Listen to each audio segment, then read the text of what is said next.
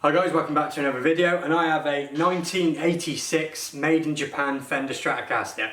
So we're going to have a quick sort of talk about the guitar and look over everything, and then we're going to head on to work and put it on the bench and tear the whole guitar down and sort of see what's what with it. But 1986 was quite an interesting time with Fender because it's when you're sort of seeing the end of Fender CBS and the start of what's called the Dan Smith era, sort of 85, 86, and Fender FMIC that we know today. So, you know, this guitar comes from quite an interesting period of Fender's history. And in terms of originality, I've no reason to believe it wasn't black to begin with. I'll bring in the guitar a bit closer and show you. This black scratch plate though is definitely not original. And the reason you can tell that is because this neck has the truss rod adjustment here, and there is no sort of cutaway for that. And you can just tell that it's not an original scratch plate. And on the back, it's very likely that that is, and this probably had a single ply white scratch plate to begin with. The other thing I'm not too sure about is the bridge and saddles. There's no Fender markings on there, no sort of reissue markings or anything like that. So I'm not sure if that's original, but I'm pretty certain everything else is original. And the frets on this guitar, I'll try and get the camera to pick this up. There is almost nothing left of the frets at all. At some point it's had a fret level done to it, and I'm guessing they had to take the frets down so far to get them level that there's basically nothing left of them, and that's something we will be addressing later on with this guitar. But looking at the fingerboard itself, it is a really gorgeous piece of rosewood, it has to be said. Super dark, the open pores really nice, the grain's really nice, and if I try and tilt this to the light, around the 1st to the 5th frets there, hopefully you can see this, always hard to pick up on camera, but there's a really sort of nice amount of finger wear in the actual wood. And like I said, I've played Dave's 1962 Strat, and his is obviously a lot more, but very, very similar places, which is really cool to see. And then you can see a bit of wear just on the neck there as well, around those sort of areas. And then going on to the headstock, you've got your Fender Strat made in Japan, and these are also the original Goto tuners as well. And you know, they do feel a little bit loose in places, but they're not gritty, and they do hold the guitar sort of in tune really, really well. So basically this video then, what we're going to do, I'm going to take it to the workbench, I'm going to strip the whole guitar down, and we're going to find out, you know, what's what, is there anything hidden away under there, and just, you know, we're going to see what's what with the guitar. These pickups, I think they're the original flat pole piece ceramic pickups, because they don't feel and sound like Alnico pickups to me, but again, we'll check that out. And also, one more thing is to say, is obviously I've already said about the frets, but the camera won't pick this up, I'm very sure. It's going to be super hard to get it to see, but there is a lot of neck relief in this neck as well. I might be being fooled by my eye because the frets are so low, but I set guitars up with a little bit more neck relief than what would be specification anyway, so if I feel there's a lot more neck relief going on, I'm pretty certain there's definitely too much. So we're going to try and sort that out as well, and just get it playable, for, you know, play nicer for a little while before part 2 of this guitar comes. So that's pretty much it really, and it's just crazy how even though the frets are like that, even though there's definitely too much neck relief, the guitar doesn't play that bad, it really doesn't. So it's surprising what you can get away with. So if you've got a guitar at home and you're like, oh, those frets are looking a bit worn out, or those tuners are getting a bit dodgy, don't stress about it too much, because these things, they're not made of glass and you can really push them hard, to be fair. So like I said, you'll join me, it'll be tomorrow for me, but in a second, and we'll tear this guitar down on the bench, and hopefully I'll be able to show you a bit of a better camera angle on the fingerwear and stuff like that. So I'll see you in a second. So the guitar's on the bench, and I've got the notch straight edge on there just to have a look at that neck relief. I think the frets being so low is making it look like there's more relief, but there is, like I said, there's still, I'll put a close-up now so you can see the gap underneath. So we might try and address that. I'm in two minds at the moment because this guitar will be in for a refret over the next sort of 2 months or so. That'll all be filmed in part 2 of this video. So what I'm going to do now then is take the scratch plate off, we're going to have a look at all the pots and everything, see what we find under there. So I'll move the camera and we'll get on with that.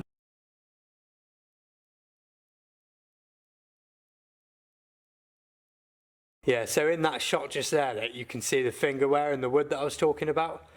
So this guitar over the years has definitely been played. Right, now we'll get on with taking the scratch plate off and see what we find under there.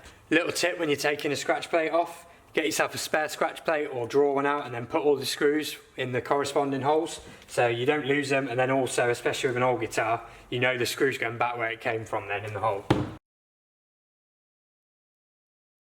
So I got all the screws off and now I'm going to lift up the scratch plate for the first time and we'll see what's underneath. Like I said, I suspect these are the flat piece ceramic pickups, but we'll have a look. Come off really easy, to be fair. So there you go.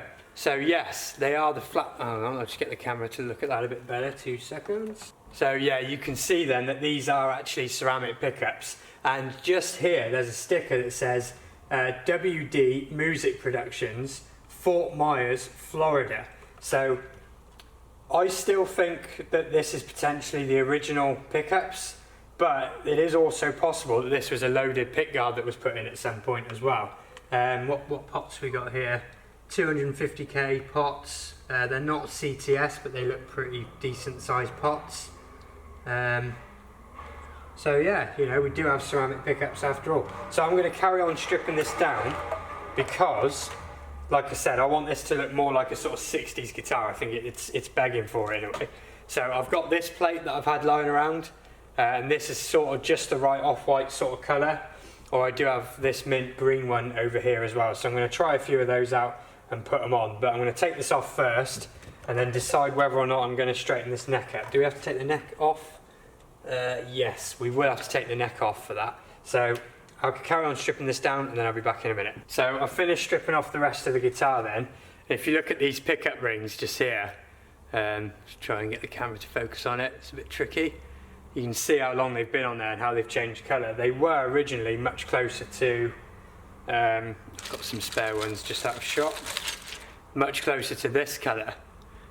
You can see on the back that they're very, very close to that colour, but they've changed to that colour. So that's pretty cool to see. Obviously these will be staying with the guitar regardlessly for sort of prosperity's sake, but I may end up changing them out just for making them look better with a new scratch plate. So what I'm going to do now then is I'm just going to put some switch cleaner into these pots, into this switch, and just sort of give it a bit of a, you know, a bit of a tidy up and everything like that. So I'm going to do that now. And that's already feeling like the switches have got a lot looser. They're feeling nice and good, to be fair. Before I recorded this, I did actually resolder the jack plate as well. So pretty much we're going to be good now to see what I'm going to do with this neck. And like I said, in part 2, this guitar is going to be coming in for new pickups. These ceramic ones are going to be going. So let me know in the comments what you think should go in there. I've suggested either Evil Sheep or Radio Shop, maybe Texas Specials, but let me know what you think. And these frets are going to be replaced as well, but that's part 2. But that's not going to be for another sort of couple of months. So I want to get the guitar looking and feeling so you can enjoy it for a little while before he brings the guitar back. So I think I will take the neck off and straighten it out just a tiny little bit. So that's what I'm going to do next. So there we go, I've got the neck off, and you can see that at some point it has had a shim put in, and we've got the actual model number now as well. So it's an ST362V. So there we go, now we've got the model number. Like I said, it's had a shim at some point. There's a piece there and there's a piece just in the neck pocket there. There is some stamp in there, but it's faded away too much to read. So there we go, now all I'm going to do is I'm just going to turn that clockwise just to straighten the neck. I'm only going to turn it about a quarter of a turn because I don't want to put too much straightness in the neck with the frets and nut being as low as they are. I'm just going to improve it just that little bit, so that's what I'm going to do next, and then I'll put the neck back on and show you sort of what I do to do that as well. So I've already done the bolts up a little bit on the neck, and if you've never taken a neck off a bolt on guitar like this before, a lot of people might be wondering, you know, how tight should you do the bolts back up? And the answer is, I've done this many, many times, and you never want to do them anywhere near as tight as you think. So do them all up to start with, just so they're just touching the metal plate, there's no actual pressure on them. So right now, all of these bolts, they're just on the metal plate, there's no actual pressure on the neck. And what you're looking for now is just to make sure the neck is seated properly as it was before you took it off, and we're all good here. And then as far as how tight you want to do it, much of guitar repair is all about feel. So you just want to tighten them up until you feel a bit of resistance, and when you get that resistance, just turn it a tiny, tiny touch more, and that is all you need on the neck. So you get a bit of resistance and just a touch more, and that's it. Keep going, a little bit of resistance, a touch more. Again on the last one, keep going, a little bit of resistance, so a touch more on that. There we go, there's the resistance, and just a touch more. So, and that is it, that is how tight you want the bolts. You don't need them any tighter than that. And just to sort of show you again, this is how little effort it takes to undo a neck bolt. Literally just that, there's no effort there whatsoever. You don't want to be cranking them right in there. You just need a little bit of, like I said, as soon as you get that tension, and then you just turn it a touch more, and that is it. So it's not finger tight, it's sort of pressure tight, if you like. And that neck will be as stable as it always has been. It won't go anywhere. So what we're going to do next then on this guitar is, like I said, I've tightened up that truss rod a little bit, and now I'm going to give the fretboard some attention. I was going to try and cram the frets a little bit more, because like I said before, the frets have only been sort of leveled, but because this guitar is coming in for a refret, I'm just going to tidy them up a little bit and leave them as they are for now, because there's very, very little left on them. So, we're just going to leave them as they are. But we're going to tidy the neck up a bit more, tidy the rest of the guitar up, put the new scratch plate on, and you can just enjoy it for a couple of months before it comes back then. So that's what I'm going to do next. I'll move the camera so you can see. So moving on to a little bit of sort of fretboard and fret care, I'm going to use one of these Crimson guitar rubbers just to give the frets, it's these super fine grain, just to give the frets a tiny bit of a clean up, just to make them shine a little bit. You don't need to mask the fretboard off for this with these. Like I said, it'll just rub down. Obviously if you're doing anything more abrasive, then you definitely want to mask the fretboard off. But it's literally just going to be a couple of passes on each fret just to get them, polished back up, but nothing too major. And then after I've done all of that, I'll condition the fretboard as well, and I'll show you what I use to do that. So I've just gone a couple of passes over each fret with the rubber just to get it to shine a bit nicer and feel a bit smoother on the strings. But in this video, we're not really touching fretwork. We're just giving it a sort of tidy up. Like I said, that will be for part 2. Now, for bringing some life into this stunning rosewood, every single guitar that I set up, that I sell, everything else, I always put this on the rosewood fretboards at least anyway. And this is the Crimson Guitars Fretboard Restorative. It is an amazing product, and I would never use lemon oil over this. It lasts longer. If you've got sensitive skin like me, it feels a lot better on your skin. It's just a really, really nice product. So I'll zoom the camera into the board a little bit more. So that'll do. And then I'll show you the sort of difference once you apply it. So use a bit of rolled it up. So you get a little bit on your tissue like that, and where are we at? So if I leave this fret blank and do this fret, you'll see the difference.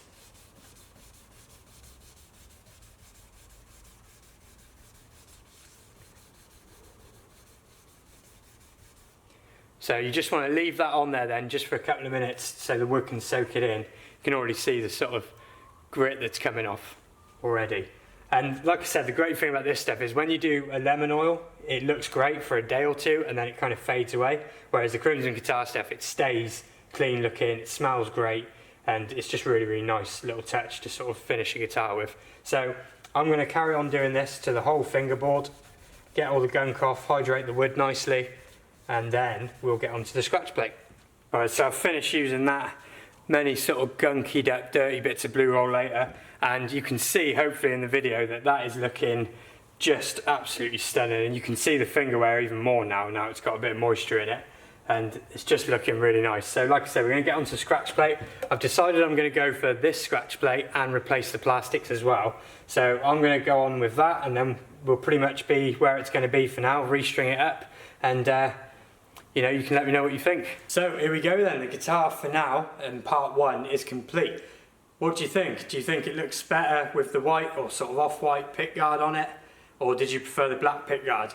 Now, to me, this guitar now is far more sort of early 60s vibe, if you like, and I just think it sets it off really, really nice. That little tweak I made to the neck has made the world of difference. Like I said, it was just the tiniest little turn, and although, like I said before, there's very little left of the frets, I think this guitar will play absolutely fine for another couple of months until part 2. And part 2 is going to be a refret on this guitar and also changing out the pickups, and leave your ideas below as to what pickups you think you should go for. But you know, just show you one last little overlook. I've given the guitar a little clean up as well, and that hydrated fingerboard is now looking amazing. It's looking so good. So there we go. This is the first time I've sort of done this type of video on the channel. For me, when it comes to doing sort of workbench stuff, I like to just get on with it, and stopping to film and think about filming was a bit weird. But it was sort of a practice run for when the cutlasses come in and I go a bit more in depth.